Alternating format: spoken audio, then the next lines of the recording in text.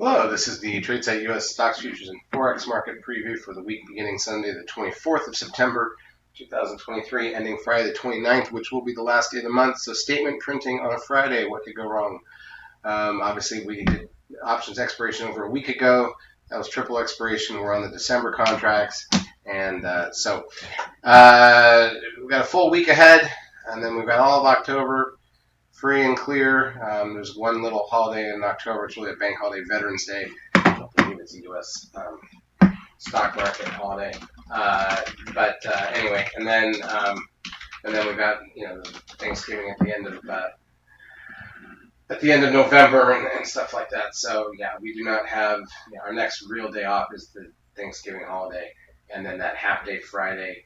The day after Thanksgiving, Christmas is on a Monday this year. I know that's a ways off, but just to kind of analyze it so we know what's going on. All right, here's the dollar index daily chart. As you can see, 12 up, 12 candle. Matter of fact, if I go to projection mode, 13 up. Okay, so Friday was the 13 sell signal on the dollar index. Keep that in mind. Let's go to the pound dollar, which is heading down, coming back a bit. But obviously, if the dollar reverses, that could change. The euro dollar has a 13 buy signal because it's usually the inverse of the dollar index, so that makes sense. The pound yen has been dead flat for a while now. The ES front month futures contract, this is the daily chart of the broad market in futures form, which is the proper way to look at the market. We've come back a bit. We're about mid-range for the year at this point.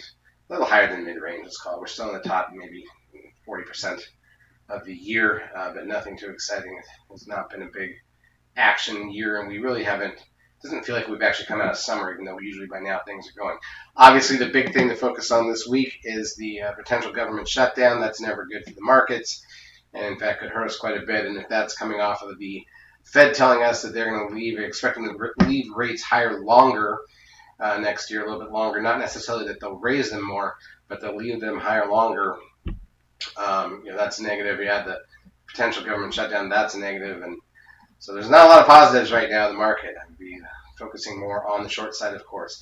NASDAQ 100, still very near the highs, although it is off the highs, but still very near the highs. Russell 2000, this had a 13 buy signal on Thursday, and this has been heading down. This is definitely in the lower 30% of the year at this point.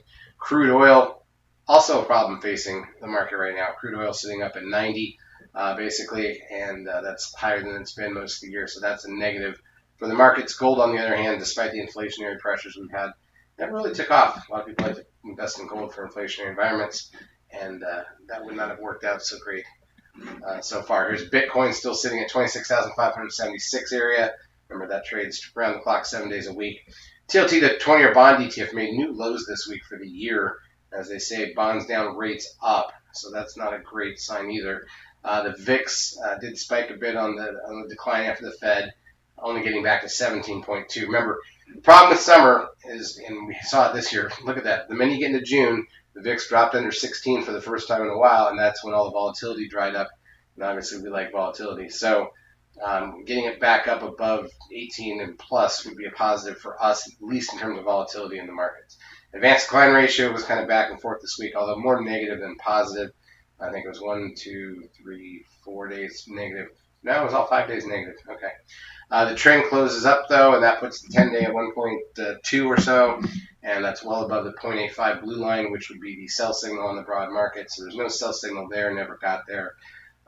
Remember, it's when that orange line goes under the blue line that you typically get a sell signal. And if you look at the last time that happened, it was the middle of June, and if you go back and look at the S&P in the middle of June, we still went a little higher, but not much. The ES, this is the 10-minute chart, so this is the whole week. The far left side is the prior Friday. So Monday we opened flat and stayed very flat all day, almost untradeable. Tuesday, small gap down, closed where we opened. Again, not what we like to see. Wednesday, remember, they were waiting for the Fed, so little gap up, drifted, filled the gap. Then the Fed shakes us to the downside, back to the upside, and then as they absorbed what the Fed said, we really sold off. Then we gapped down Thursday and went a little lower. Friday, pretty uneventful. And the last hour or so, we finally swung around a bit. NASDAQ 100 looks identical. So they were, there's your robot trading in full effect, right? Everybody's just trading baskets, basically. In terms of the stocks that we tend to follow, here's a look at Apple. What are we looking for here? We're looking for patterns. and we're looking for counts. And so there's no counts, there's no pattern. I mean, Apple, if it breaks into that low from August, that doesn't look positive, obviously. Amazon came back a bit this week, no counts, did fill a gap from back in August, but no real pattern as well. Meta closes, it's still holding up decent, I would say. Google had been holding up, finally slipped this week after the Fed. Everything kind of did. Goldman Sachs. Now this is interesting. It's a bad count, but it's 12 down. You need to get to 13. It has to be under the 8, so we're not there yet. Could get a 13 buy signal. I wouldn't be super excited about that one though, because it's not very extended. We like to see the 13 really extend out. Netflix,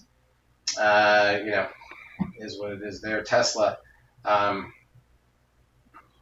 again, holding near the highs, but not really came back after the Fed, like everything else. Nvidia down, especially Wednesday and Thursday, and then Zoom actually held up pretty decently. So that's the general look at some of the bigger stocks we follow and everything else that we like to see. General concept again for this week is it's the end of the month of September, so Friday should be a complete bust, as it often is. In terms of economic data, though, coming out this week, let's take a look. We've got Monday. Let's just focus on the U.S. stuff. Nothing. One Fed member speaking at night. Tuesday, we've got the housing price index at 9 a.m. Eastern Time. CB consumer confidence, new home sales, and the Richmond manufacturing index at 10. Another Fed member speaking later in the day, not a big deal. Wednesday, durable goods an hour before the bell. Crude oil inventory is an hour into the market. Very light week for data up to that point. Thursday, we've got the final look at GDP. That's the third look from the second quarter. That doesn't usually move the markets. They just adjusted a little bit. We've got the weekly and initial jobless claim numbers at the same time, 8:30 a.m. Pending home sales at 10, natty gas at 10:30. More Fed members, including Chairman Powell speaking. He speaks at the close. There's a bank holiday in China after that. And then on Friday here in the U.S., core PCE price index an hour before the bell, along with the goods trade balance, personal income, and spending. Preliminary wholesale inventories, 945 is Chicago PMI, 10 is revised University of Michigan sentiment. The daylight savings time shifts in Australia already in September. That seems weird. That's very early. But that is that. Charts as usual, brought to you by NinjaTrader. If you've not yet taken a trial of our services, feel free to do so. We will help you out for a couple weeks. Have a great trading week, and be careful on Friday.